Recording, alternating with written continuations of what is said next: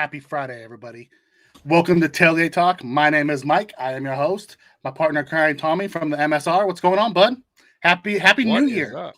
Yeah, man. Happy New Year's to everybody in the chat that's here already.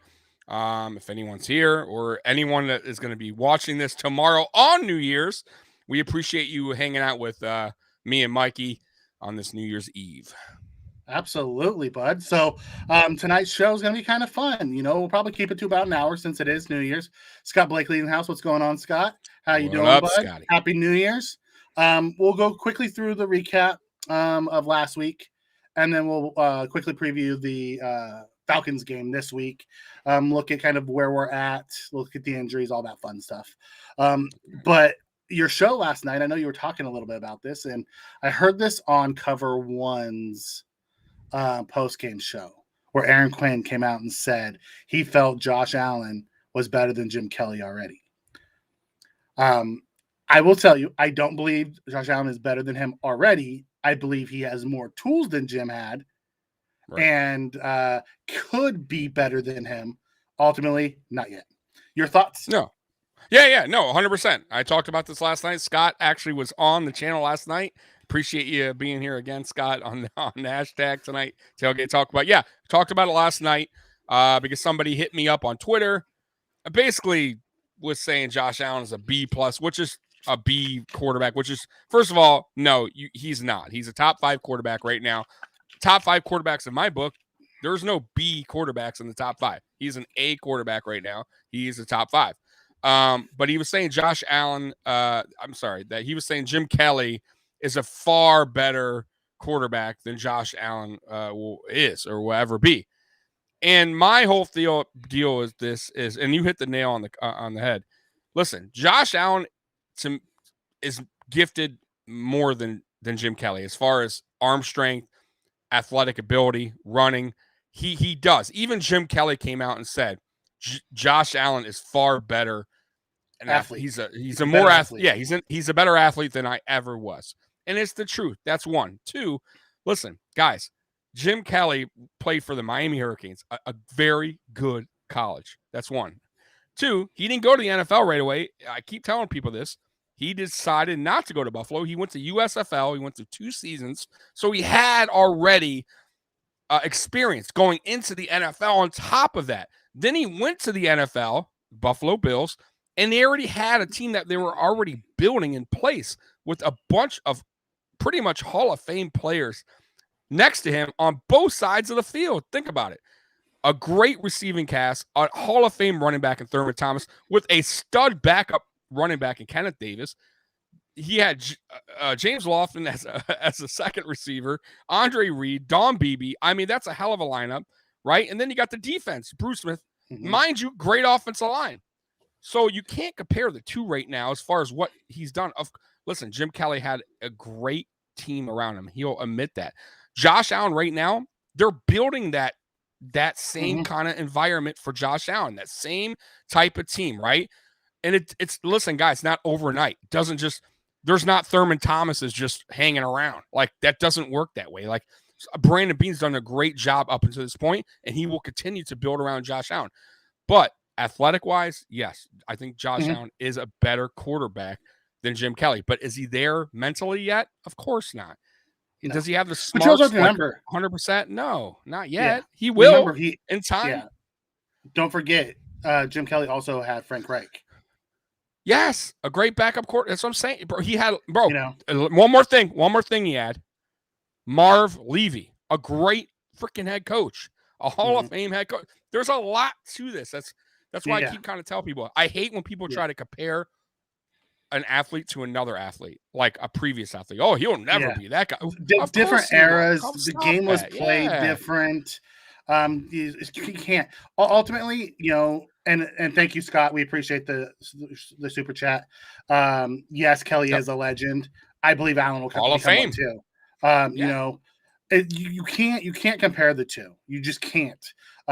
Ultimately, right now, Jim Kelly's career in total outweighs what Josh has done.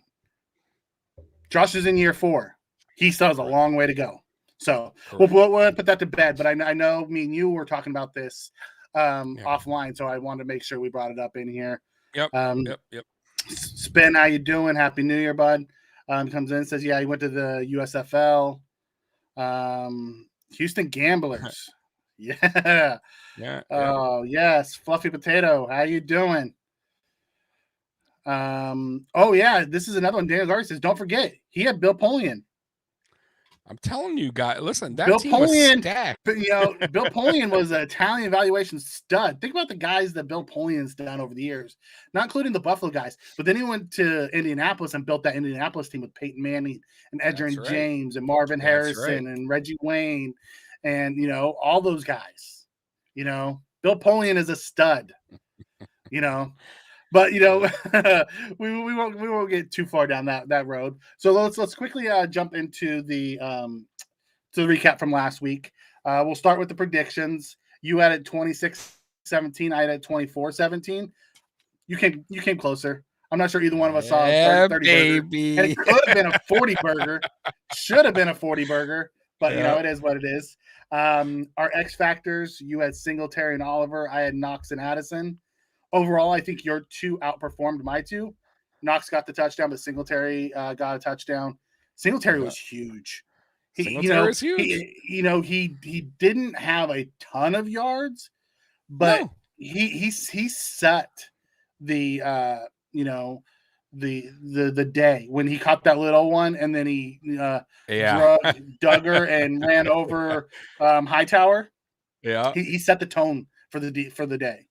I thought that went really well. I didn't see much of Addison. Oliver got the sack, which was good. Oliver was creating havoc inside there. We didn't get to him and put him on the ground, but we made him get rid of the ball early where he couldn't, much like we did with Tua. He couldn't if it was his first read wasn't there, he was throwing it away because he didn't have time to go to a second and third. Right. No, and speaking of Singletary, go back on him. I think McDermott is finally understanding here that whole two system back that he wanted isn't going to work right now. And the best thing to do is give Singletary the more touches than the other running backs, a little bit more playing time. He deserves it. He knows the system very well. He's a tough running back. How many times have we talked about this, Mikey, where I said, guys, he's just like Moss. You don't compare the two because Mosk might be able to run over a guy, but Singletary can do the same. Singletary is not a guy who gets tackled and it falls backwards. He falls forward. Everybody knows that. If you watch Singletary, he's a tough little dude. He also, I think he blocks very well for Josh Allen. For a 5'7" dude, he can listen, guys. That's impressive for just him being that small in stature. For him to block linebackers coming in, and he does a very good job. And he's gotten better this year at catching the ball, a lot better. And I think Josh saw that opportunity a lot this game on the little dink and dunks, and Singletary was picking up from a 3-yard pass into a 6-yard pass, 7-yard pass. That's how we need to move. And the numbers aren't really awesome because the O-line is still not good. I thought they played their best football last week, but pass blocking. The run blocking is still in the middle, in the trenches, it's not there. In between the tackles, you got to get Singletary on the outside. That's where he's going to do the majority of his damage. That's where he has the more space to make a defensive player miss. And that's what you saw on the one run, the pass where he had a little space, and that's where he can get trucking a little bit and drag somebody for 6, 7, 8 yards. Scott, I agree. He actually might. Tommy, we're looking at it. He might be 1,000-yard all-purpose this year, even with his lack of touches. I do love what they're doing with him. When you look down and you see what he did, you're like, man, his value. And someone set it up here earlier. His stats didn't show you his true value because I think Colin Cowherd said it. He's like, when you look at the run game, you don't think anything, and then you watch their run game. You're like, oh man, Singletary's doing good. And then you go back and look at the stats. He had 40 yards rushing on 10 carries, and he had 40 yards receiving on 5 catches. So he had 15 carries and 80 yards, and maybe a touchdown, and that's solid. But it doesn't look pretty. But his value is so much more than what his numbers are. when we look at Dawson Knox last game, Dawson Knox had like, I think, 3 catches tops. But his value from his blocking, he was blocking Judon one-on-one and doing a great job at it. Very good job. Yeah. It's about the value. It's like, I'm not a Kumaro fan, but he blocks very well. And that's why we use him at receiver. He actually did a very good play, Kumaro, in that game with Josh. It was a good design play where Josh was rolling out, which I keep telling you, right? I keep saying, get Josh out of the pocket. It's where he creates the most chaos. So Josh was rolling to his right, and Kumaro was being guarded. I forget who was guarding him.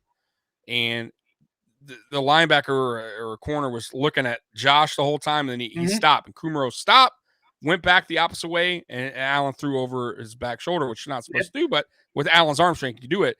So it was a really good to see that Allen and Kumaro are on the same page, because that play don't work if Kumaro is not on the same page with Allen, right? Yeah. Kumaro keeps running there, then Allen's stuck. Allen's going to have to run, and who knows what happens. But no, I thought Kumaro, he'll never be a top receiver, but I thought he played that was probably his best game as a Buffalo Bill, to be honest with you, with blocking and a couple good pass catches.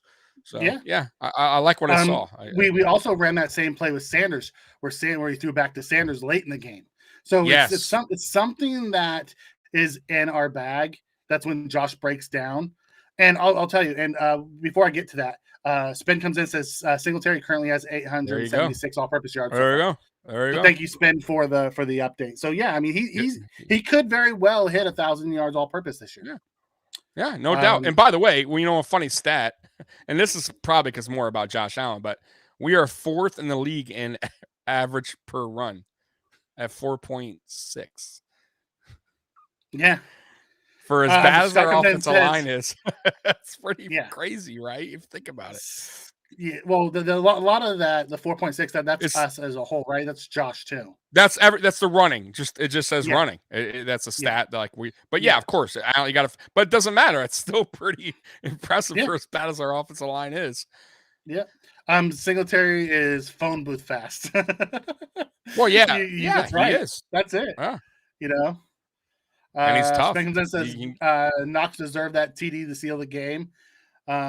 Yeah, I mean, he caught one earlier that got called back too. For the what was it? The motion, illegal man downfield. Illegal man. Yeah, who was it? Darrell Williams, I think. Darrell Williams had a bad game. I'll tell you. I went and watched Cover One's breakdown, and they were just doing all Josh Allen. Every time Allen got pressured, it was because Darrell Williams missed a block. Well, listen, you're Brown did well. Bates did fantastic. Yeah. Deion Dawkins was an animal, but man, Brown was, Williams was a problem. Williams. Go back and watch that game. But normally but not always though, Mikey, right? Like normally he's pretty solid. No, not normally. He's right guard. He's been okay. No more than anyone else. No. But it really showed this game because the rest of them did so well at locking up their assignments. It pointed out how bad Williams was playing. I mean, granted, you're talking about 5 snaps out of 70 plays, so he did well on 65 of 70. So I mean, where do you want to? And Josh still was okay. So I mean, Josh, that was the best. That was the best performance I've seen all season pass blocking for Josh Allen. The run blocking to me was the same. It was still miserable, to be honest with you. But the pass blocking, Josh Allen at times was sitting back there, and I had deja vu from last season where he was just like, okay, reading his reads without having to stress against a very good defense. Like everybody did their job. And when pressure finally did come, Allen, of course, he knew how to get out of there. And then the receivers did their job. Like everybody was on the same page. It was really beautiful to see as far as blocking goes. From the running backs and offensive line to receivers. Spin comes in and says Williams was going against Barmore all game. When Barmore went against Bates, he got burned. I didn't see any of Bates versus Barmore. Yeah, because Barmore was lined up over the right guard, and Bates was on the left side most of the day. So I didn't Right. see very much of that. I missed that one. If Spence saw it, I didn't see it. Yeah, I honestly I haven't watched the film. I'll tell you, Spin, because you said you come back in here and you say, Bates couldn't handle Barmore when he was lined up against him. There was a very few plays because Bates only gave up one pressure all game. Bates did phenomenal, man. I You know, talked about this yesterday, and I don't know if we're going to get into it tonight. If that's something we're going to get into Bates, but moving yeah, forward, we could absolutely talk about the offensive yeah, line. moving forward. I mean, I don't know what they're going to do. We don't know yet until game day, but I am comfortable with the line that was out there, even with Mongo returning.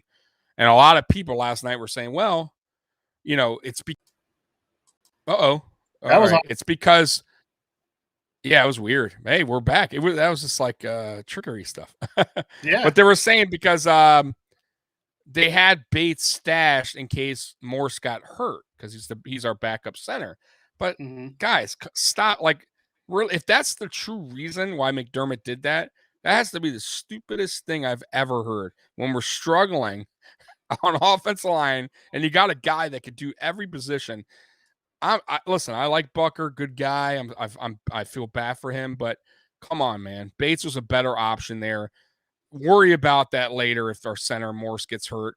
Fine, but right now, moving forward, I would have Feliciano as the backup role on the center. He could do that just as well. As Bates. To be honest with you, I don't mind him at center. So I would stick Bates where he's at right now.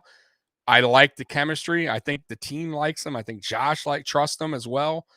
Keep it just how it is right now, how we played it against the Patriots, and I think we'll be okay.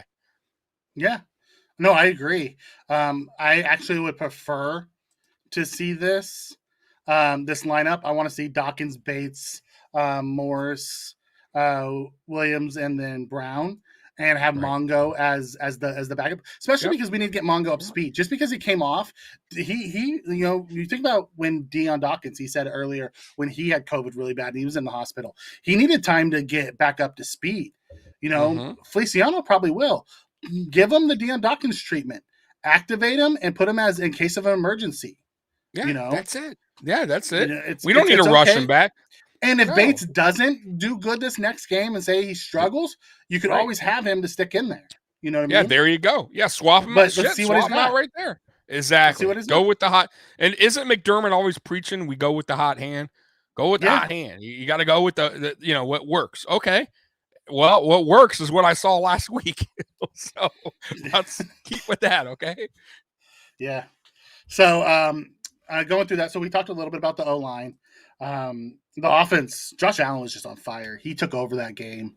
I don't know if you watched any of the Cover One film breakdown, but he was beating the Patriots were in perfect defenses against Josh, and Josh just beat them. Like they called the right defenses. They were, it was just him being better than them. Well, that's Colin Cowherd talked about that actually. That's a video clip I actually put out on Twitter. It got like mad views, but Cowherd was basically like, "Look, there's 3 plays here," and he was talking about the fourth quarter drive, and he's like, "They have him right here, dead to rights. There's 3 guys, 4th and 1. They have him. No what? Right? Belichick must be happy as hell right now, and they can't get him." Then he talks about the flip play to Diggs. He's like, they have him. That's a perfect defense. And Josh Allen still beat him. Then he's talking about the goal line play where same thing. He's like, you couldn't play that better. But Josh Allen is one of a kind. Like that's what the special thing about Josh Allen is. And he compared the Buffalo Bills to Shawshank Redemption. Yeah. He's one of those shows where if you come in and it's halfway over, you just sit down and you have to watch it. He's must-see TV. Right. Is what Colin says. But when you go back and you look at all of them, they called the right defenses most of the time.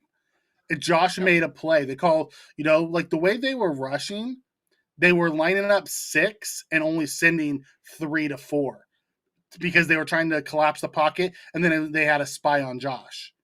You know where they made the mistake is playing McKenzie man to man.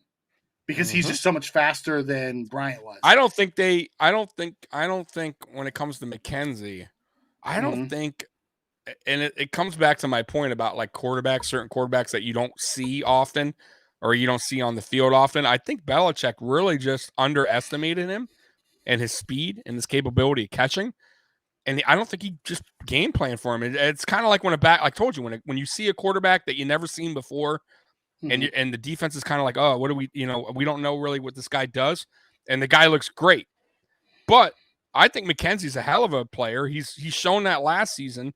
It's just you haven't seen a lot this season. I think Bill Belichick just didn't game plan for him. I don't think he thought that McKenzie would have any role in this game. And that's on Belichick. Well, they had it's not only that, but they ran a lot of zone to start. Yeah. And they dropped everyone deep thinking Josh won't be patient, and Josh was. Yeah. He hit the checkdowns. He hit McKenzie. He hit Knox. He hit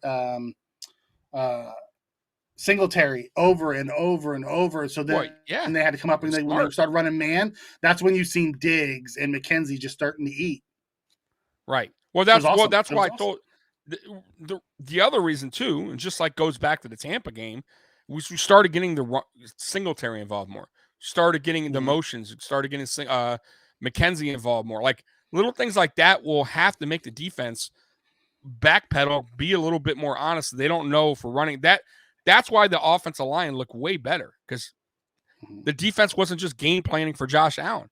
They didn't know what we were going to do, and that was great. And Josh Allen too, by the way, taking what was given is huge, because it was probably the first game first game I saw from him that was really like, hey, I'm just going to take what's there. He didn't. He also threw the ball away. He threw the ball away when he had to. Didn't take any sacks. It was, it was the most. He played smart. It was the most complete game I've seen from Josh. Yes, yeah, I have to agree as far as that goes. Yeah, against a very good defense. That's why I'm not bringing up other games that he had that were really good against subpar defenses. That New England team, and I'm not going to shit on them, like, because we won. They're a good. They're a solid. That is a solid defense. That is a solid team. Running. They are. Mate, we'll see. Dolphins might have something to say about it, but we'll find out. I think if they beat Jacksonville, they're pretty much in.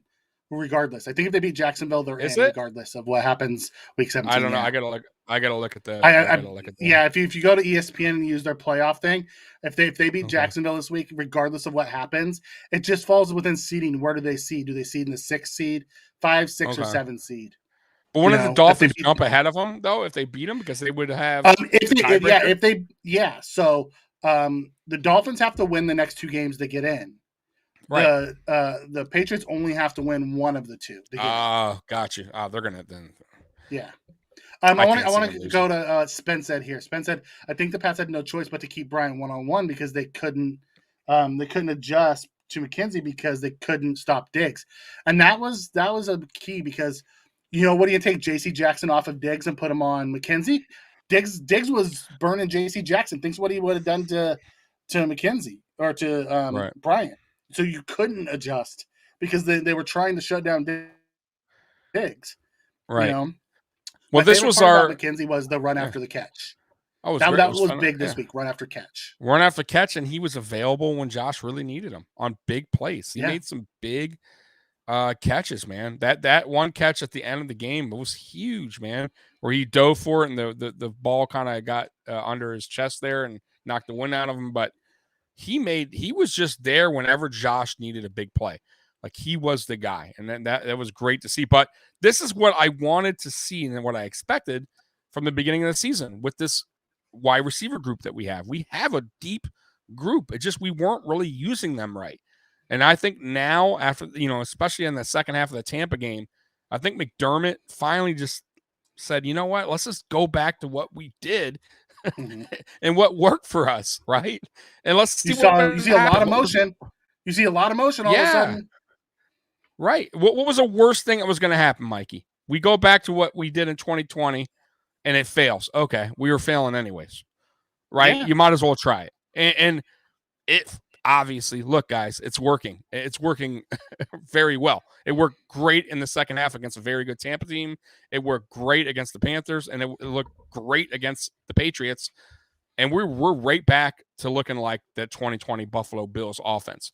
And that's great to see because our defense wasn't the 2020. As good as it is now. Yeah. That's right. It's not as good as it has been in 2021. That's Speaking right. of, let's speaking of the defense, that's a great segue into the defense. The defense was solid. We still gave up some runs. You know, we missed. You know, we over pursued some gaps like we always do. We gave up one big one. I think Harris had 100 yards and 3 touchdowns. But yeah, 3 touchdowns. Ultimately, he's a tough dude. Yeah, but we were letting them run the ball. It was okay. We wanted them to run the ball because we made them put together long drives, 6-7 minute drives to score. We weren't giving up. We were playing to keep the big play away, and we did that. You know, we had 2 picks. I got both of them. We harassed. We didn't sack Mac Jones very much, but we harassed the hell out of him. Yeah. Yep. You and like we said, what did we say going into that game, Mikey? If we put the ball in Mac Jones' hands, that's a great thing, right? And I got to say, though, for as much as the defense did their job, and they didn't do a great job, they did their job, it really goes back to the offense. And why I say this is time of possession was 36 minutes to 25. That's 1. 2, they didn't punt at all, right? So, and they scored basically almost every time they had the ball. So New England could not keep that pace up and running, like you were saying, and kill on their own clock. Eventually, they had to put it in Mac Jones' hand to go and quickly score, and it just is not going to happen with Mac Jones. Not this year. And that's why the defense eventually, especially towards the end there, was getting on. Like, Mac Jones was just not – it wasn't going to happen. They were not going to let Mac Jones beat him. Why comes in and says, did Vernon Butler make a play? No, he's a waste of a roster space. We don't talk about Vernon Butler. We don't talk about Vernon Butler. He's a giant waste of money and a roster space. Golly. That guy has been a giant bust here. Giant bust. He's been a bust in the NFL in general. You know. Yeah, that's one head scratcher by Bean. Yeah. They're gonna make some guys here and there. I agree with Spen here. Spen comes in and says Beasley's still a better slot receiver than McKenzie, but McKenzie's speed helps open this up. I agree. I think they should still split some reps, make sure McKenzie's still involved, but you know, it should be matchup based. If we're running against a zone defense, let Beasley take most of them. If we're running against man, throw McKenzie out there. I think it was Dable or McDermott. Maybe it was Dable that came out and said that McKenzie wasn't running the same routes as Beasley would. Yeah, in that game. Because Beasley runs option routes. That's what I'm saying. So you could still use McKenzie, and he could still do what he's doing, and still have Beasley as the slot on the field. So on run the field. Run 4 wide with Beasley 100%. On one side, McKenzie on the other. 100%. And somebody brought up Emmanuel Sanders last night. Guys, I still like Emmanuel Sanders. He came back hurt, by the way, because of and he's probably not going to play this week. We'll get into injuries, which is fine. He's a veteran. I still think he's done very well for us this season. But moving forward, even when he gets healthy, Mikey, I still would like to see him. I want to see him activated, but I want to see him a little less snaps than McKenzie or Gabe Davis. Moving forward, I think the lineup now with Diggs, Beasley, Gabe Davis, and McKenzie is perfect. I'm happy with that. Spin. J.C. Jackson made more plays against the Pats than Butler did. Case in point, Josh Allen's fourth and 2 scramble where J.C. Jackson took out his defender. Yes. So you know, at the end of the day, you know, the defense was fine. They played solid. They did their job. We had 9 possessions. 2 of them were kneel downs at the end of the half and the end of the game. Of the 7 that we actually had, all 7 went into the red zone. We were 4 of 7 on touchdowns to field goals. Or in the red zone, we were 4 of 7 for touchdowns. And then we had 2 field goals and a dropped touchdown on a turnover on downs.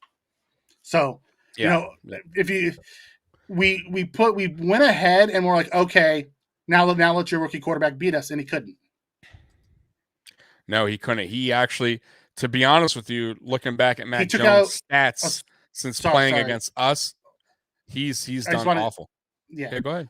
Spen comes in and says J.C. Jackson took out Judon on the play. He didn't. He took out Collins on the play. It wasn't Judon. It was actually Jamie Collins that was chasing him down. Yeah. They tackled each other. No, if you go back and watch that, J.C. Jackson ducks his head and like spears Colin right in the chest. I know. You can't hit what you can't see, dude. He was trying to nail Josh Allen on that. It was a business decision. He didn't want to get run over, so he was just curled up to protect himself. Oh man. Alpha Rob comes in and says McKenzie ran deeper routes. He is our over-the-top guy, though. Well, not only that, but he ran a lot of the crossers came back, and he was fast enough to pull away at an angle. But you have to remember what they asked McKenzie to do and what they ask Beasley to do completely different. 90% of Beasley's routes are option routes. So when he comes up, he reads the defense and then he makes a break. Mm-hmm. Beasley, to where McKenzie actually ran designed routes that the play was drawn up for. It's different. But we had a lot of yak this game that we haven't had in the past. Oh, yes, we did. But that's what did I tell Donnie you? Brooks asking about your tattoo. Speed kills. It's where I'm from. But this is the best one, guys. That's the one that matters. Is that a WB one? Where's that? It is. Yeah. It's a city I grew up in, a block I grew up on. You guys, it's just past history. Okay. Sorry, I didn't mean to cut you off. I saw that they were asking about your tattoo. No, it's fine. People ask that. All the time. Okay. So the next one, I want to get into coaching. I thought McDermott came out aggressive early and stayed aggressive all game long. It was awesome. That's the McDermott I want to see the rest of this year. An aggressive. Both offensively and defensively, we were very aggressive.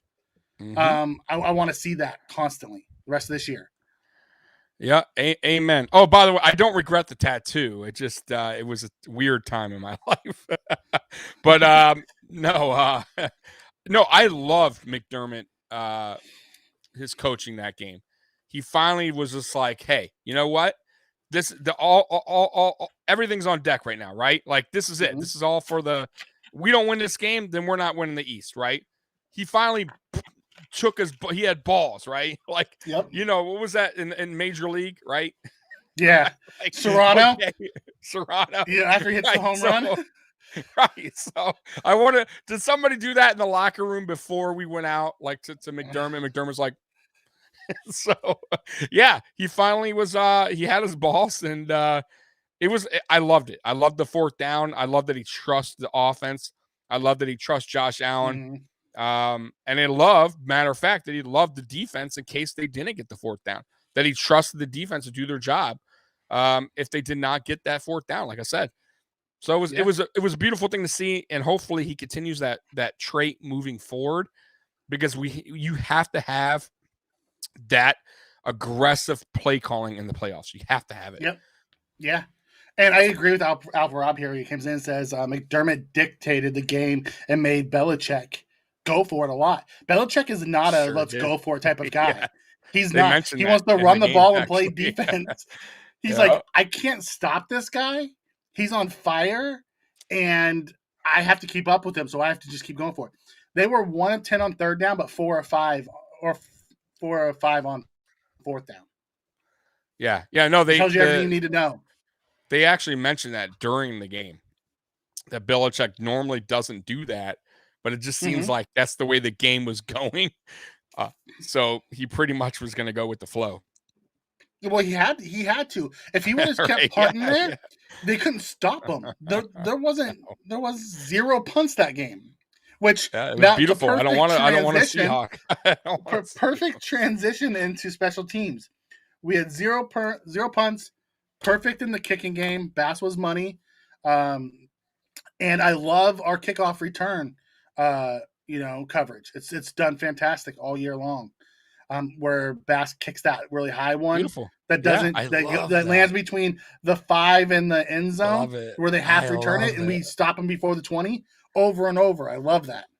Dude, remember I said like we should do that like when the Washington played us and they did that by accident because of the win.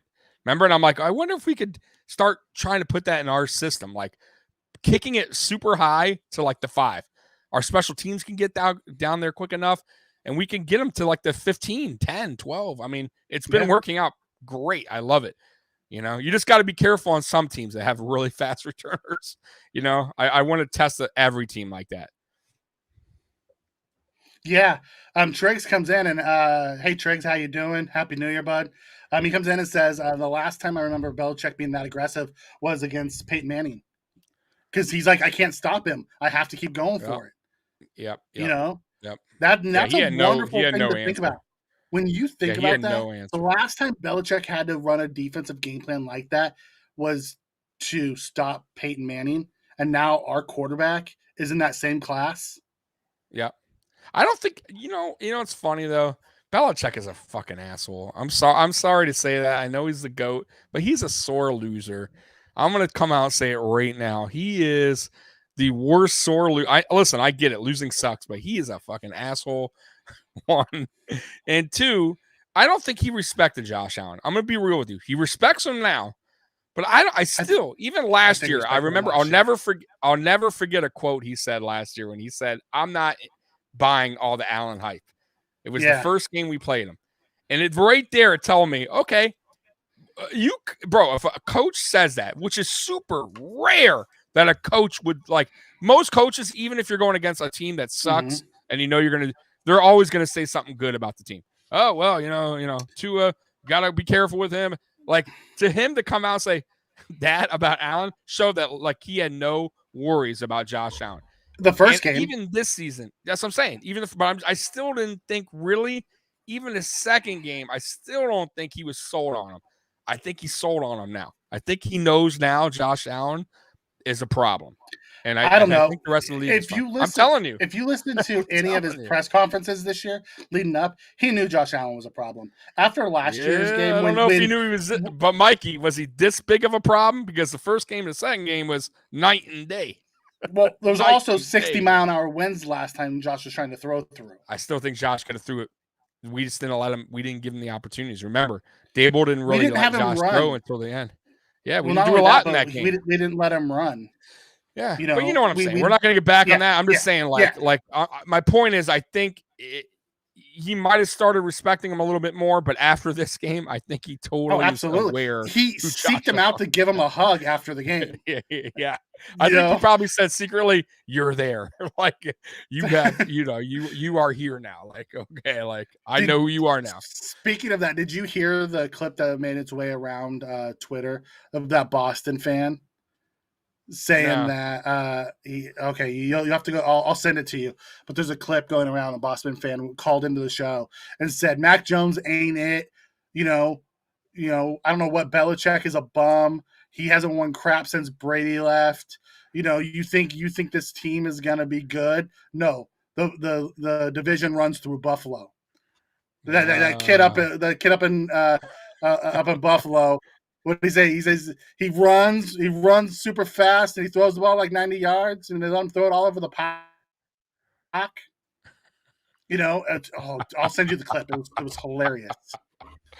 They're like, man. Whoa. He's like, yeah, no. The next 20 years, this division runs through Buffalo. Did you see real quick? I don't know if you're going to – did you see Judon try to trip Josh Allen? Yes, Judon's a dirty guy. The week before, he punched he punched Wentz in the nuts. What the fuck, man? Wentz was going to fight him. Did this guy really try to do that? He's so dirty.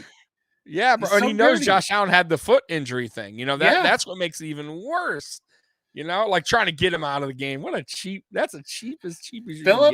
Phillips has played really well too. I know in the chat they're talking about it. Harry he played has, fantastic. but he's still a rotational player in my view. We still need, like, when Starr leaves, because I think we have to replace Starr. And I think his contract's running out eventually. I think after the season. I think. Nope. Nope. Is it one more year because of the COVID thing? We have another year. He has one more season now. Okay. either way, we have to start getting ready for that. Harrison Phillips is not the answer to replace Starr. I like him as a rotational. I think they should resign Harrison Phillips as like if he's willing to take a good deal as that kind of player. But we need to build a better line there. But he's done a great job. I got to admit, coming in for Starr, he's done a very good job. Yeah, Alfred Rob comes in and says, how about Judon looking for the flag after Knox's touchdown? Yeah, that's because Williams, once again, was running downfield for no reason. He's lucky he didn't get a flag for offensive linemen downfield because he was 2 yards into the end zone for zero reason whatsoever. Yep. Like that guy, I am not happy with Williams. Yeah. Give him all that money and he's just boneheaded. He's definitely the one guy that has not earned his contract. 100%. I've been saying that since what, week 3? like so far he wasn't, and that was week 3. He still hasn't he's doing okay. I think he's average. And that's not good enough for what we're paying him. You can't be average for that kind of salary. Michael, that's just Tommy's luck. That's his luck. Oh, always, brother. You gotta check me out, man. Mafia Sports Report, man. I'm always wearing glasses, bro. Yeah, that's just his luck, bud. Just his luck. Man. My future's too bright, bro. Daniel Garvey comes in and says McDermott likes a rotation on the D line. Resign Harry to be part of it. I agree. I think Harry finally is back from that knee injury 2 years ago, and he's playing like he was before he got hurt. I would love to see him come back. I don't want to sign him to a big deal by any means, but bring him back on a medium deal and stick him in that rotation, and then go draft yourself either the kid at Wyatt. You go get that.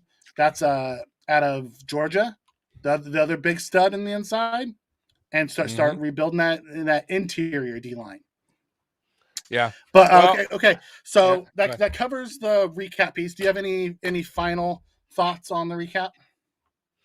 No. It just was. It was beautiful to see, and it was something that me and you have been preaching for weeks now.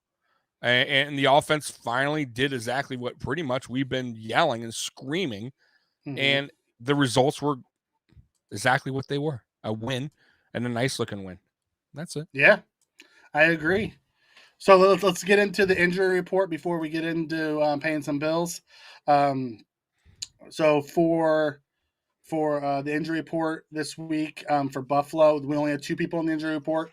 We got a lot of our guys back from COVID. So Beasley came back, Davis came back, Epinesa came back. Oh no, Starr wasn't on. Feliciano came back. So we have a bunch of guys who are now back. Yep. Everybody, I think. We don't have anyone on COVID right now. I don't think they said. So but all our main guys are back. So on our report this week, it was Ed Oliver with an ankle. He's questionable. Yep. He was limited all week. And then Sanders, who's probably they listed him as questionable. He's probably doubtful. He was limited during the walkthrough, but then he was a DNP for the last 2 days this week. And knowing we have everyone back, chances are they're going to heal him up. He played last week banged up because we needed him to. He stepped up. There's no reason for him to be out there. I would definitely rest him for the playoffs. I would even consider not playing him against the Jets. Why would you? We have a deep enough team. If his knee, unless he's completely healthy, set him down until his knee's ready to go. That's right. We have guys. 100%. Someone should take a screen grab of Belichick hugging Josh after the game and meme it for 2021 MVP. Right? It's one of those things. And then from the Falcons side, the only one is their cornerback, Moreau. He's doubtful. I put him as questionable, but ultimately he's doubtful. He has some rib injuries. Yep. Everyone else is pretty much healthy from what I'm hearing. We'll quickly do our sponsor read, and this is for LinkedIn. These days it can be hard to find the right candidate for your small business. That's why LinkedIn Jobs made it easier to find people you want to talk to faster and for free. And I'll tell you, as an old person who used to hire, LinkedIn's wonderful. Whether you are looking as an employer or looking as an employee trying to find a job, LinkedIn has them all out there. Did you know every week nearly 40 million job seekers visit LinkedIn? Post your jobs for free at linkedin.com/HTS #sports. That's linkedin.com/HTS to post your job for free. Terms and conditions may apply. And we thank LinkedIn for sponsoring this mid-break of Tailgate Talk. There So you go. let's move it on into the preview. So we talked about the injuries. We need to talk a little bit about our offense, the difference from what we've seen all year to what we saw last week, and then we need to start fast. We came out, we drove right down the field, we went for it on fourth down, we got the touchdown. Give us the lead. Start fast. Don't allow this inferior team to stay with us. Right. Start fast. Put them in a hole, then step on their throats. Yeah, 100%. Listen, we were talking about this. You definitely got to get touchdowns early. You cannot go bad. You can't go field goals in the red zone. I thought our red zone work against the Patriots was pretty good. I don't know the exact numbers. What were they, Mike? I think they were 4 for. I got to go back on the red zone, but they were pretty good. So I want to see touchdowns in the red zone. I don't want to see field goals. I want to see a little bit of we were 4 of 7. We were 4 of 7 in the red zone. I'll take that. So I want to see a little up tempo. Listen, the Falcons. I'm not. Their offense, they're very limited. Let's be real here, okay, guys. So Matt Ryan's still Matt Ryan, but he is a shell of himself. So I think if you get on this team early, you can send heavy blitzes, which I think we're going to do anyways, Mikey, to be honest with you. Matt Ryan's the slowest quarterback in the NFL right now. I think he's one of the most sacked, I think they said. He is just not having – they have a terrible offensive line. So I think, yes, if we get on this team early, it will be a bad game for the Falcons because they just will not have an answer falling behind like that. And Patterson is their whole team. I'm going to be real with you. I like Kyle Pitts, but he's not totally there yet. Patterson is the guy. And by the way, I hope Patterson comes here next season. Yeah, we were talking about that earlier in the offseason. We wanted him. We wanted him as a utility weapon and a returner. We talked about it at nauseum. On defense, it's AJ Terrell and then everybody else. And I was listening to a couple of the Locked On Falcons guy, and then I listened to the ESPN's guy that over on Cover One that talked about it. And he's like, we have a bunch of practice squad guys playing on our secondary. You know, they don't have much of a pass rush. Nope. You know, the reason why they're still in it because they're plus minus, they're in the negative in the scoring differential is because they're like 7-0 in one score games. So that's the reason why they're still in it. You know, I mean, they're giving up a ton of yards. Spin comes in and says Pitt's already a 1,000-yard receiver. Yeah, but he's also has a ton of targets. His yards per target is very low. Russell Gage has been their number one receiver since Calvin Ridley had to check out. Calvin Ridley's not even there. Which I will give Calvin Ridley, all the props in the world to realize that he needed to take a mental break. That is very important in today's world. Do what you need to do. It's a job. Yeah, 100%. Yeah, he just wasn't, and the team sucked anyway, so it wasn't like they were going to need his services. Yeah, Father Snowman comes in, and Happy New Year. Thank you for tuning in from the UK. We appreciate you. Nice. Sanders is questionable this week. However, he was a DNP the last 2 days, so chances are he's not going to play. Knowing that we got Davis and Beasley back, I imagine Sanders is going to sit and rest up until he's ready. So from an offensive standpoint, Tommy, I want to see us come out fast. I want Josh to do what he did last week. Take what the defense gives you. Don't go looking for the big play. If it's there, take it. Otherwise, take what they give you, move the downfield, put the ball in the end zone, get us up a lead, and then let's just slowly squash them and run away and get ready for the Jets next week. Let's get on a roll, get this momentum moving so we can carry it into the playoffs. Yeah, and by the way, I think Singletary will have a pretty good game Their rushing yards allowed is 121 almost. Passing yards are 250, almost 254. So they're not a very good defense. I guarantee, because it will be snowing, I'm pretty sure, Buffalo. You will see Singletary get. It will be like the Panthers game where he had a lot of carries. I think you're going to see that again in this game, going back to Buffalo. I can almost promise you guys he's going to get at least 15 carries, at least minimum. I think he's going to get anywhere between 15 and 20. And I think this is going to be Singletary's best game running all season. I'm going with that, and we'll talk about that later when we pick our picks. I won't even hate the 22 that he got against Carolina. That's what I mean. It could be more. I'm just saying, like that's where I want to be at with Singletary. And I think this game you guys might see a lot more running than passing. I think we're going to be, or maybe at least close to being 50-50 almost in this game, because there's a bad defense and they're bad against the run. Yeah. How you doing, Rick? Happy New Year, bud. You can always catch us on replay. We still got a little bit of time. Don't worry about it. You can always catch us on replay. Trix comes in and says, yeah, AJ Terrell, who apparently their lockdown corner, struggles against St. Brown. And with all due respect, is a number 2 for the receiver Lions. and a good team. He's having a good second half. Actually, St. Brown is more of a number 3 on a super good team. He's a rookie. He's a slot guy who, if you go back and look at last week, they got taken to the limit by a Lions team that had a bunch of dudes on COVID. They had their backup quarterback in.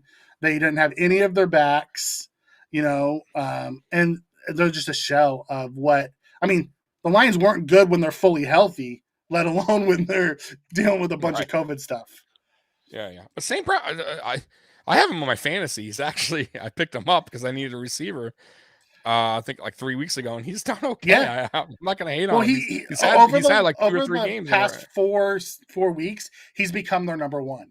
Yeah. So you never know, guys. Just you never know on draft picks. It's funny, man. You never know, man.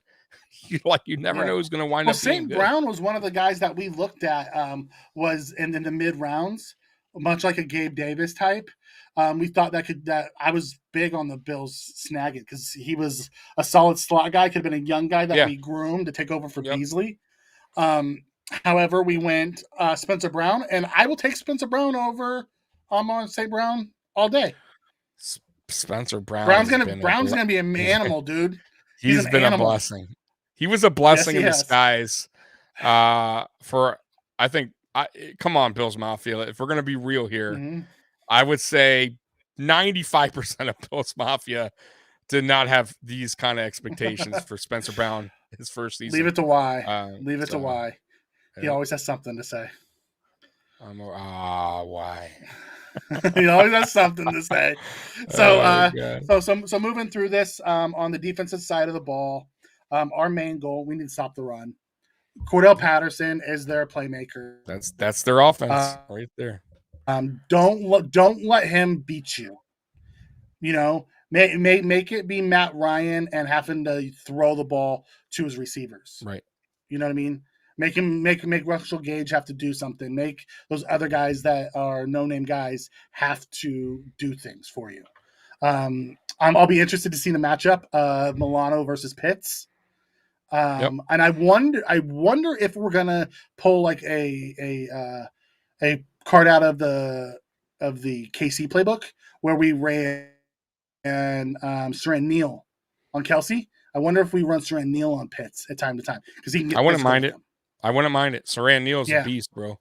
I would not mind it. But I'm telling you right now, my game plan for this, if I'm the Buffalo Bills, is I am blitzing the hell out of Matt Ryan all game long. I know we're not a blitzing team. I know we're not, but if you're gonna game plan, listen. Here's the deal: Matt Ryan's seen everything, so you can't disguise. He's not going to be fooled by disguises. This isn't Mac Jones. This isn't Tua. How you beat Matt Ryan right now? This old slow Matt Ryan is you get after him. Matt Ryan he cannot run for any. That's it. And they have a bad O-line at that, so he can't even get out of harm's way. So I would just bring the house on multiple different blitzers, and I think he's in a lot of trouble, bro. Yeah, I'm going back to what Rick was saying here. He said he had high hopes for Spencer Brown. He also had high hopes for Jack Anderson, Sure, who high got stolen hopes. from us. But you, I was babe. yeah, I had high hopes for Baby Richie too. I liked him. I I was was so mad really when. upset. I Yes, was really upset when the Bills let him get me signed too. off Me and too. didn't offer him a roster spot. I'm But it right is with you. what it is. I liked him better than Doyle, man. But Yeah, what Doyle has high upside because he has the athletic traits. He's just not ready. well, I knew Spencer Brown had high upside. I was saying that during preseason. Mm-hmm.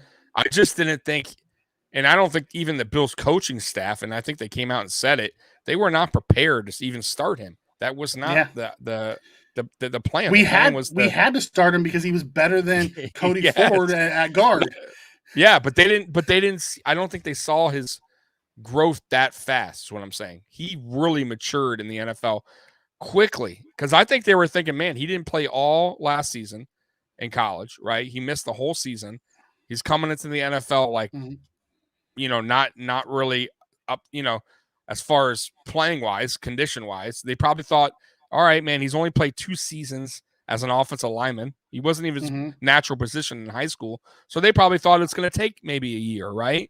Mm-hmm. Let the guy, learn. But bro, he learned and he learned quick. And they saw that in preseason. And then they had no choice. Cody Ford was just a disaster. Cody Ford, by the way, Mikey, are you done? Cody Ford played fine when in his last game out there. I'm done with him being a starter. I'm okay with him being a backup. That's fine. Yeah, I'm cool. okay with him being depth. I'm okay with him being depth. Wykinson asked who's Ryan's backup. I believe it's Josh Rosen. Isn't it Josh Rosen who's the backup in Atlanta? I'll tell you right now. Is it godly, really? I want to say it's Josh Rosen. I know he got signed recently. I don't really follow the Rosen Yeah.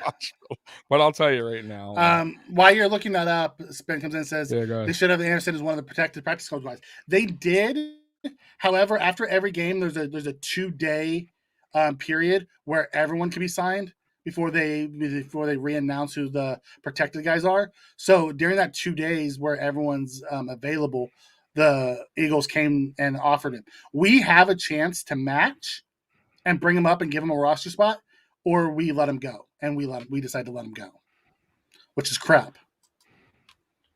Let's see here. So the Falcons. Mike Trotter comes in and says, "Don't forget, Bean thought Fromm was a no-brainer. Fromm got his first start last week." All right, so they cut Barkley because I know that they cut Barkley this week, so Barkley's no longer there. So they got AJ McCarron. I don't know if he's still there. Josh Rosen, Matt Ryan, and Felipe Franks, whoever the hell that is. So Felipe maybe Franks Josh is Rosen the rookie out of Florida. Yeah, so I'm guessing, Rosen is probably the backup. I know McCarron was, but I thought McCarron got hurt early. Maybe I'm just reading the roster. I'm just looking at the roster. I have no idea. Okay. I know Matt Barkley's not there either, and it says Matt Barkley's there. So yeah, Matt Barkley was signed this week. There, so yeah, we'll see. And you lost comes in and says anyone's better than Cody Ford at this point. Not anybody. Yeah, I'd rather see Cody Ford than good old boy at left tackle. What's his name? Can't think of his name. Oh, Hart. Yeah, Bobby Hart. give me Cody Ford over Bobby Hart any day of the week. Yeah, that's true. That's true. Trick comes in and says, yeah, the same way they didn't see Teller wasn't. Oh, let's not get into the Teller stuff. I am so done with the whole Teller thing. I am so done with the whole Teller thing. Listen, Teller wasn't what he is today. He went to the best offensive line coach and became really good. He went into a very good situation, basically. Very good situation. Hot take here from Richard Forbes. Should have kept Anderson and let Stevenson get stolen. Stevenson's been a fantastic returner. No, what are you talking about? No. Yeah, no. Look how important Stevenson is now. If you really want to dive deep into it, now McKenzie can actually concentrate just on offense, which maybe McKenzie was getting burnt out on doing the kick return, punt return, and some of the offense. Now McKenzie could just do offense pretty much, and let Marquez Stevenson handle the kick return and punt return because he's doing a very good job at it, and he's going to get better, guys. I'm telling you. But no, we can't let Stevenson go. And Stevenson's only going to get better, guys. Mm. And Stevenson was stashed on the IR, so he wasn't never really made the practice squad. He got brought up from IR. Yep. And someone asked about what we get for From. He was plucked off the practice squad. So Nothing. Yep, nothing. Oh my God, Spin, got to get over this, buddy. We know Spain and we know Teller were better than what we have today. For whatever reason, I like Spain. I don't get what happened. The stupid reasons why we let these guys go. I don't know. I was a big Spain fan as well. Yeah. The Spain thing is why he got that's a little weird in favor of Winters. Yeah. Like I understood the Wyatt Teller trade. Yeah, we had a lot of depth. He was the guy that had juice that we can get something in return, for which ended up being Tyler Bass. That was the pick. So right. But the Spain thing, that was just weird. Who knows what happened there? Yeah, there's a lot. Someone got their britches hurt. Someone got their feelers hurt. Yeah, somewhere along those lines. I mean, I know. I have a feeling I know why. I mentioned it a million times. He coming off the 2020 season, he wanted to be a Buffalo. He came out and said, I don't want to. I told my agent, don't even go to any team. I'm staying right here. And he was true to his word. And then I think he kind of felt like that's kind of fucked up. You're benching me for fucking Brian Winters a game 2 after 2 games. Like, are you kidding me? Like, I didn't understand. That'd be like if we didn't bench Darrell Williams and Darrell Williams is playing just as bad. We didn't bench Cody Ford. We played him until he got hurt. Right. So it doesn't make any sense. So I get if that's the reason, which I think it is. He probably was pissed. He probably said something. Who knows? He probably told McDermott fuck off or something. You never know. I'm just guessing. Yeah, who knows? And Richard, you know what? Everyone has their own opinion on stuff. That's the best part about this. If you don't see nothing from Stevenson, hey, I see raw talent that could be harnessed. That's what I see out of Stevenson. Yep. He has so much speed. I can't wait till they can figure out something to do with him. Yeah, and he's still getting his feet wet, guys. I'm telling you that right now. He's only played what? 3 games now? 3, right, Mike? 3? 2 or 3? 3 or 4? 3 or 4. I can't remember. That's it. And he was benched on one of them. He didn't play. Yeah. He didn't play in the he came game during the Saints game. So I think this was his 3rd actual game because Saints, Panthers, he got cut for and then the second one. He didn't play for the Patriots. He didn't play in that big win game. Right. Yeah. Okay. Yeah, that makes sense. Mm-hmm. At the end of the day, it is what it is. Yes, I love this take from Sean 716. McKenzie can play that Tyreek Hill type role because he's quick. Run those shallow crossers and get yards after the catch. Yes, all day long. Yeah, and especially when Allen is out of the pocket, keep moving, keep having McKenzie move because defenders cannot stick with McKenzie. So when Allen's rolling out of the pocket, he's a perfect target to find because he will get open. He's that fast. Yeah, I agree. Trixington says they decided to cut Spain to keep Winners. Same way they decided to cut Jefferson to keep Butler. Yeah, I don't understand some of the moves they made. But you know what? In Bean, I trust. He's come in here. He's turned this, 4 years ago when McDermott got here, or 5 years ago when McDermott got here, our team was the laughingstock. Yeah. We're now starting to become a perennial playoff team. So will they miss on the guys? Yes. Will they, cut guys I don't want them to? Yes. But at the end of the day, I will trust they know what they're doing. Yep. Carl comes in and says we need to keep the O-line that was found last week. Dawkins, Bates, Morris, Williams, and Brown. But I expect McD to field Mongo instead. Yeah. I don't think Mongo's gonna start this game. I bet you Bates gets to start because I think Mongo's gonna need some time to get his energy back and get back into playing shape. And I think he'd be perfect for that in case of emergency. whether it's at center or either the guard spots. Mongo's that perfect in case of emergency type guy. Yeah, and see what you got in Bates going into next year, because we can get out of Mongo's contract at the end of this year for very cheap. That's right. I would definitely do the same starting lineup you had last week with Bates in, see how it goes. And then if it goes well, McDermott has to stick to what he always says. The best person plays. The best man on the field will play. And then you have Mongo as a reserve. That's what they say. I'm not sure I believe them, but that's what they say. Well, because you cannot tell me that Winters was the better player than some of our backups last year. Of course not. But I don't, how, bro, some coaches like certain players, just like they decided to keep Vernon Butler. Right? So there's something about it that they like, just like perfect example. What was his name last year that didn't even want to play, cost us a huge salary cap. Trent Murphy. Trent Murphy, because he was a McDermott guy. Yeah. Wow, how'd that work out? He was an insurance coaches. Policy. Yeah. Yes. So all coaches, I think, in the NFL, to be fair, they all have there's certain guys that I think fans are like, why? And you don't understand. He was a process guy.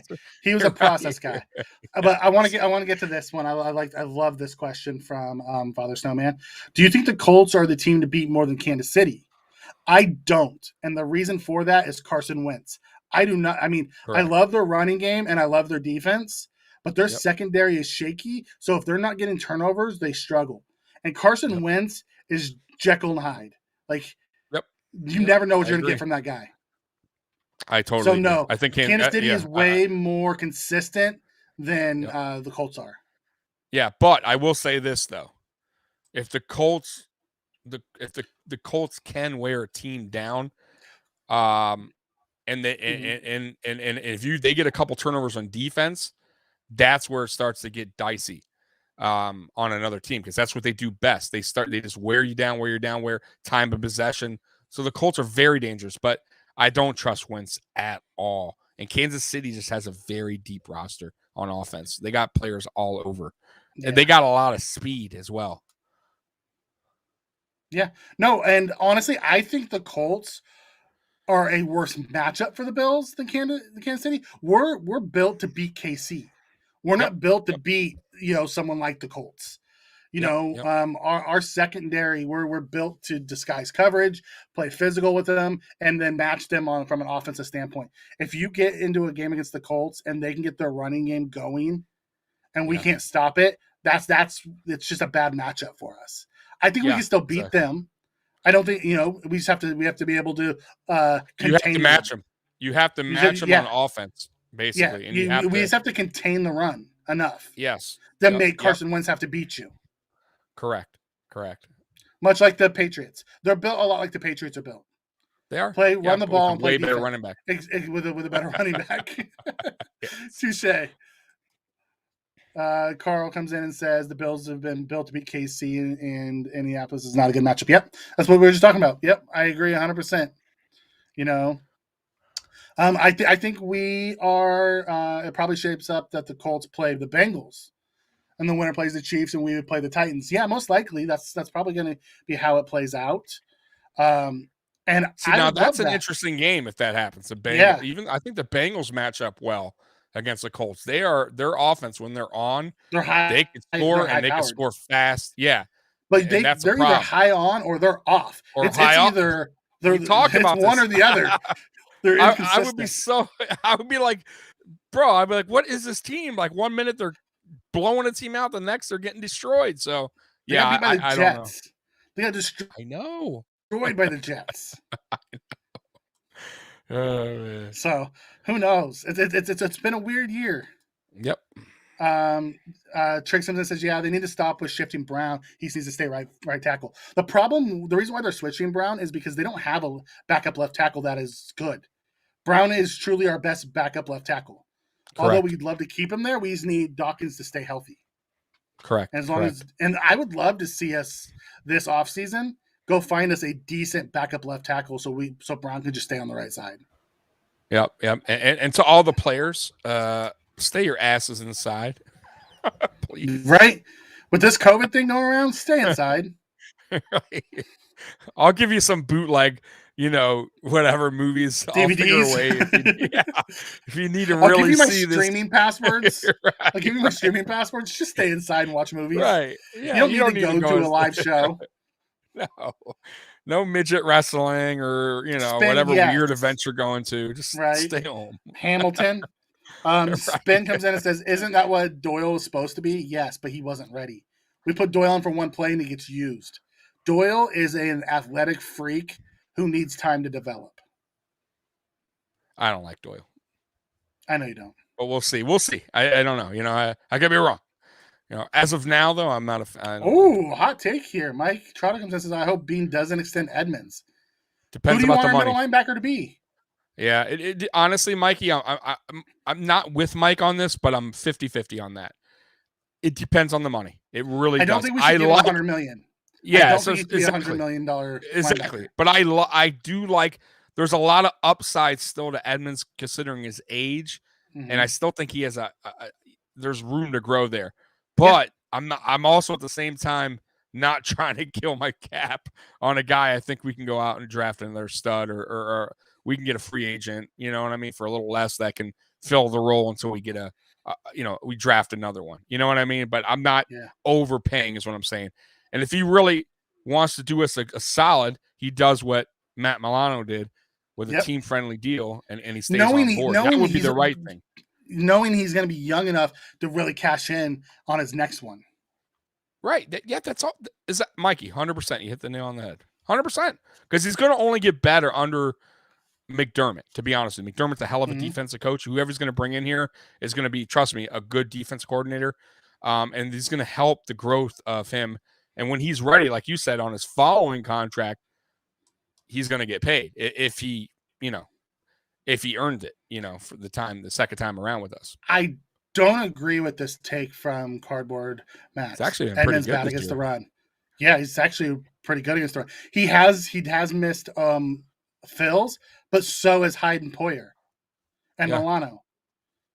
So I mean, Edmonds is the new guy to crap on. I don't believe we should pay him $100 million. He's not worth the money of a Fred Warner or Denarius Leonard or any of those guys. So don't give him that kind of cash. But you give him a contract like Milano, I think, yes, all day long. And by the way, he's leading the team in tackles, which I think he led the team in tackles like the last 2 seasons. Am I right there, Mikey, on Edmonds? Yep, I believe so. Okay, so he's leading it again. So clearly he's making the tackles, right? So, yeah, no, he's listen, guys, he's 22 years old. You guys keep forgetting. Okay. This isn't like an old player. Like, he's going to be better. Let's go to Mike Trotter's comment. He said, Edmonds great at making tackles 10 yards downfield. Let's not forget the end of the Tampa Bay game. The end of the Tampa Bay game was bad coverage broken. It wasn't on Edmonds. Edmonds should not be covering a wide receiver. That was either Wallace or Jackson who didn't do the pass off correctly. And Edmonds just saw him and tried to chase him down. So, before 100%. You blame that on Edmonds, understand what they were doing. And if you really want a place to find that, Cover One does a fantastic job breaking that down.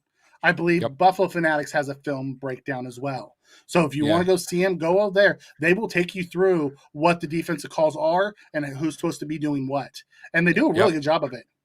Yeah. McDermott actually talked, if you want to watch the post game of that, he talked about that play and how that broke down. That wasn't on Edmonds at all on that play. It was just a broken coverage. He bailed on his Spin comes in and says Edmonds bailed on his assignment to try to cover that player. And he just there you go. That was a fast receiver on a linebacker, and that's not going to happen. Right.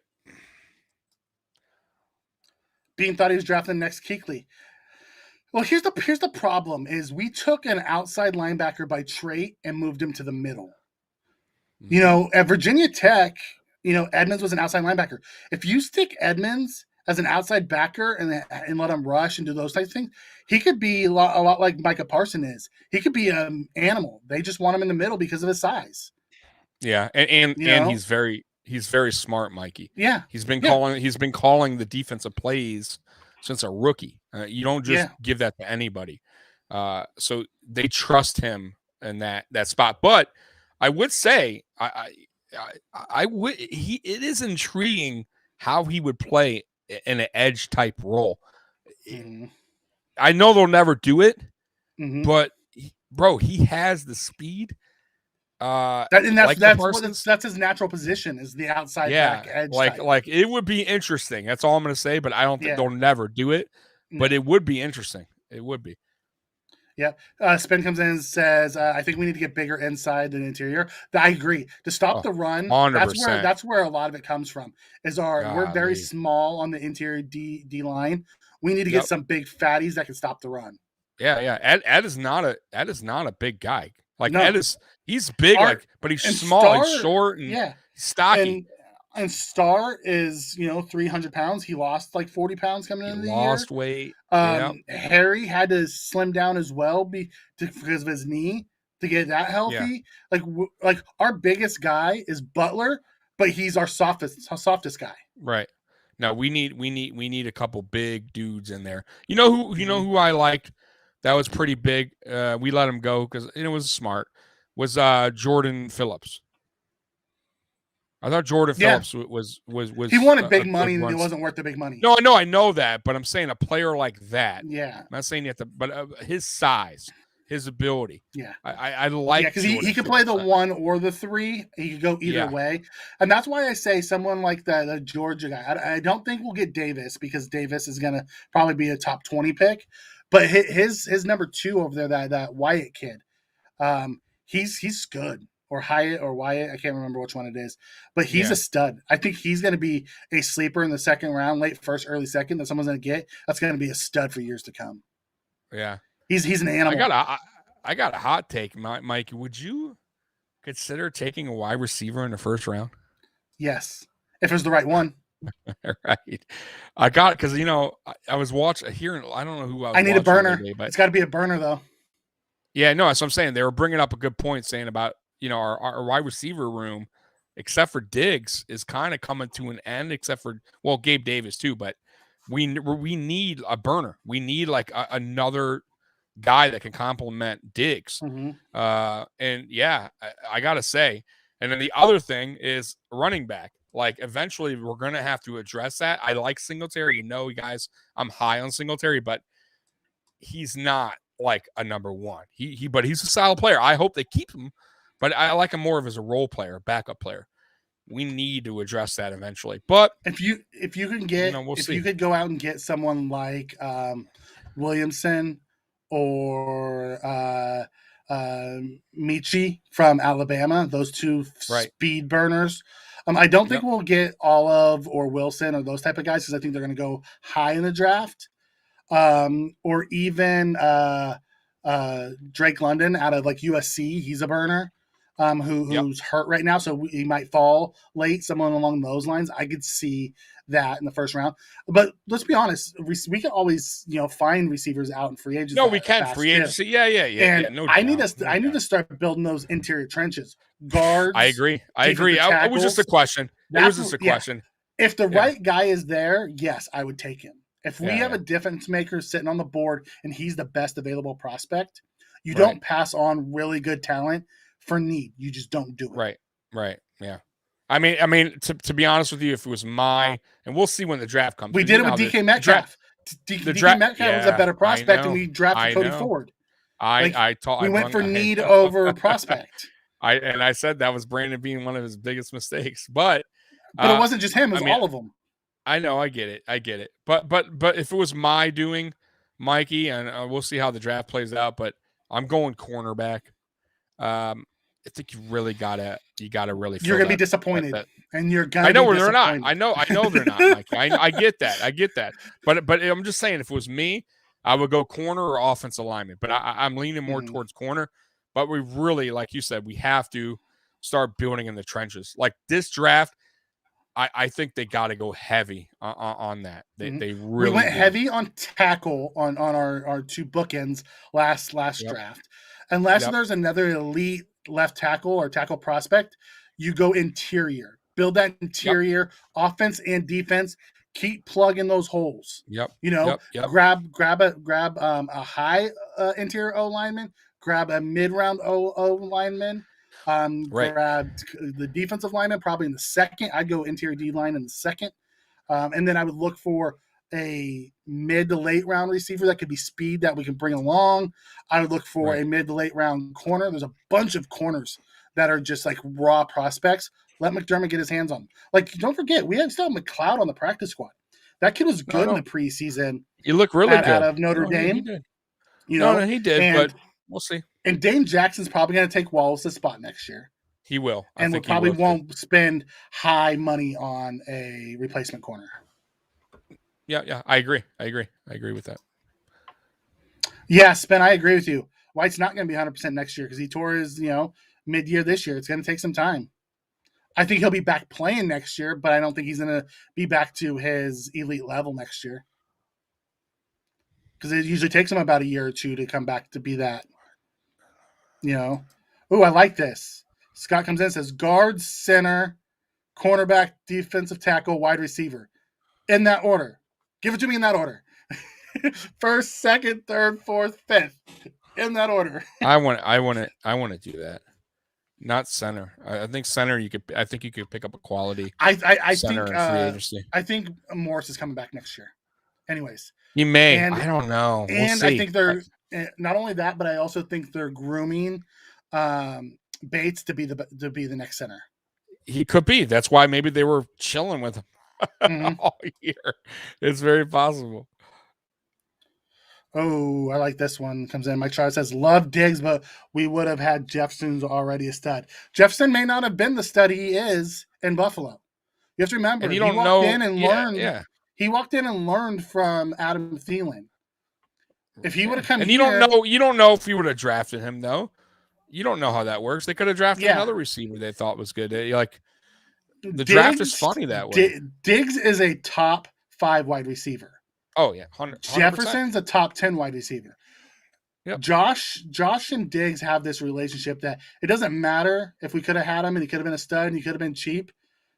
Diggs being in Buffalo changed our offense. Yeah, he's a team captain already. We have a bona fide alpha receiver. Jefferson's good, and he plays with Kirk Cousins. He's really good. Thielen, he's very good. He is. And he was really good coming out of LSU, right? Because that's where he came from, is LSU, right? Jefferson? LSU, I believe. It was him and Jamar Chase, right? Those two guys that year that they won it. And he's fantastic, but no, Diggs is my guy. I'll ride with Diggs all day long. What is Richard saying? You guys in this, what? Let me get there. Richard Forbes in all capital letters. So it's the only reason I saw it, because he went with the capital. So it has to be, it's scroll up, Richard something. Give me a second. This thing's bouncing around on me. Richard Forbes. Yep. You guys in this, we need a burner at tailback, y'all. I didn't say that, though. Who said anything about a burner at tailback? No, we want a burner at wide receiver. And nothing to do with tailback. I didn't. I did not even talk about Scott, I said I would like a running back, but not. I agree 100%, Scott. Retire Diggs in a Bills uniform as Allen as well. Until Diggs is ready to hang it up, he should be in Buffalo. Yeah, and man, the relationship him and Josh have, who knows, when his contract comes up in the future, maybe he takes a friendly deal, man. I mean, that seems like that's like the going thing in Buffalo. Like, players come here, they want to stay, which is awesome, guys, okay, and they take a little less to be here. So it's very possible Diggs on his next contract, he doesn't, we don't have to pay him super amount of money. And we'll get to it. Matter of fact, let's slide down. So we went over the defense from a coaching staff. We want to just stay aggressive. And special teams, just stay special. No more punts. No punt games for the rest of the year. No punts. That's what I want to see. Just hold the ball. Richard, everybody wants that sexy burner at every position. I just want guys to be great football players. Yeah. They just, we just need to find guys that complement what we have currently. That's all I want.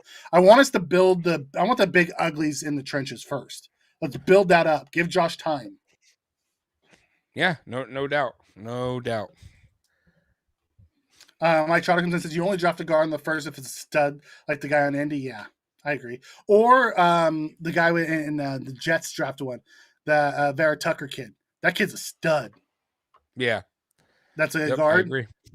He was a guard tackle coming out, but they put him at guard. He's a stud. Yeah, you make it work. So let's go ahead moving on down to production time. Tommy, what's your prediction? Man, I shouldn't say the score because it's snowing and you never know in Buffalo, but because of the defense, I think we're gonna have good field position. I'm gonna say 34-6.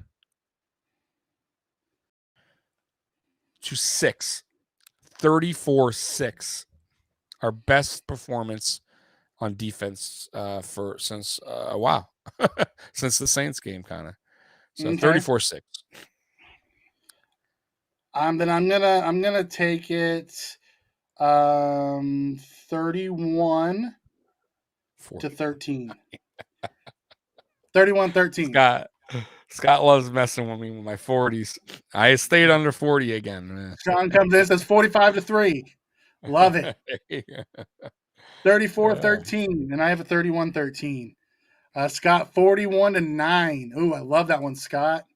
41-9. I think he's making fun of me. Sean comes in and says, Josh, 344, 4 TDs with 1 rushing. Okay, I can do that. Father Snowman comes in and says 31-10. I like it. I like it, guys. I like it. All right, it's X Factor time, Tommy. Offensive defense. Motor Singletary, I think we'll have a 100-yard game. His first of the season. Singletary again for like the 3rd straight week? I'm going with Singletary again. Listen, guys, I'm telling you, it's going to be that one of those games in Buffalo. I think he has a good game. I think he's going to also be pivotal in the passing game. Again, we're going to need to throw short passes in that kind of weather. So, yes, motor and offense. And on defense, I think we're going to be blitzing heavy. I'm going to go Jerry Hughes. Are we going to have a Hughes sighting? Hughes. Yes, a Hughes sighting. Okay. So for offense, I'm going to go with the returning Gabe Davis. Woo-wee. Gabriel like Davis. Okay. There we go. I think he's going to get 2 touchdowns. Damn, Mikey. Okay. And for defense, I'm going to go a returning AJ Epinesa. Wow. Okay, AJ. I think with him coming back off of COVID, him sitting out for a couple weeks now, I think they're going to bring him back, and he's in that bad O-line. I think he's going to get a sack or 2. I think it's going to be AJ, and so for me it'll be AJ and Davis. For you, it's Singletary and Hughes. Obviously, we need Josh Allen to keep being Josh Allen. Correct. Let Josh be Josh. Yeah. Okay. Yeah. Keep that motto up. Game ball to Ed Oliver. Ed Oliver is questionable. I'm not even sure. He may not play. They're saying. Did he practice today? I didn't get the update on that. Scott Blake comes and says, "Mike's taking the milk carton boys." Well, if you go back with Davis, he's had 3 touchdowns in his last couple games. He missed last week because of COVID. That's true. He was heating up. Yep. Yeah, he was heating up. AJ has been on a milk carton recently. I think he's going to break through it right now. AJ's been on a milk carton since the first Dolphin. No, he's made some he played plays. Good. He hasn't been a super stud, but none of our DNs have been super studs. Like I honestly, I know, but I expected so AJ to take much that more out of AJ this year because he was getting so much praise, Mikey, in training camp. Remember, everybody was everybody was saying AJ looks like a beast, and that he was running over everybody. Yeah, and the Dolphin game, I'm like, oh, here we go, and then after that, it was kind of like he got in McDermott's doghouse for a little bit. He wasn't playing, so I don't know what's going on there. Do you remember he was like jumping over fools like in movies and smacking people up. Like the first few weeks of the year, That's what I mean. He came out of he was laying, and all of a sudden, that was a wrap. I don't know what happened. Oh, spin! If Josh throws for 5 and 6 touchdowns in that weather, and in that weather, Give him the MVP. We're going to beat him. We're going to drop a 50 burger. If Josh is throwing 6 TDs, we're dropping a 50 burger. Oh, yeah. Easy. Oh, I like this one. Mike comes in and says Cole Beasley and Jerry Hughes as his. Hey, Jerry. I Hey, like Mike. it. Mike's a I smart like man. I like it. Spen comes in and says, let's make a push for Josh to get MVP so he can get the first MVP that didn't make the Pro Bowl. He's on my you know list. what? He's on my list. He's on my list, Mikey. I mean, I don't think Allen he'll get is it. on my MVP list. I don't either because Aaron Rodgers has like 33 touchdowns and like 2 interceptions or something like that. Yeah, that's what I'm saying. I don't. They're not going to get. Yeah, but I look at the overall, like what you do for your team, and my God, do you realize Josh Allen's on pace to have over 700 rushing yards and 4,500 passing yards? I mean, like, with 40 touchdowns, he's gonna have over 5,000 total yards with like anywhere from like 43 to probably 47 touchdowns, depending on how it ends. It's crazy, man. And it really he had a couple bad games. Right. That's the crazy part. What about special teams prediction? How about Marquez Stevenson returns a kick? Oh, 90+ yards. That'd be great. Seeing a Stevenson kick return, that'd be awesome. That would be. I hope Allen throws for 1,000 yards, gets 10 TDs in his next 2 games. After disrespect. I'm with you, brother. Let's have a Madden type showing for Josh Allen. Like last week, that's how he played. He played Madden glitch with the glitch game on. No, he did. He did.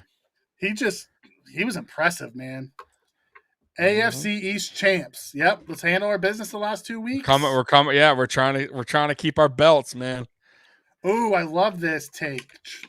Where to go? Spin comes in. Josh is 337 yards away from 5K all-purpose yards.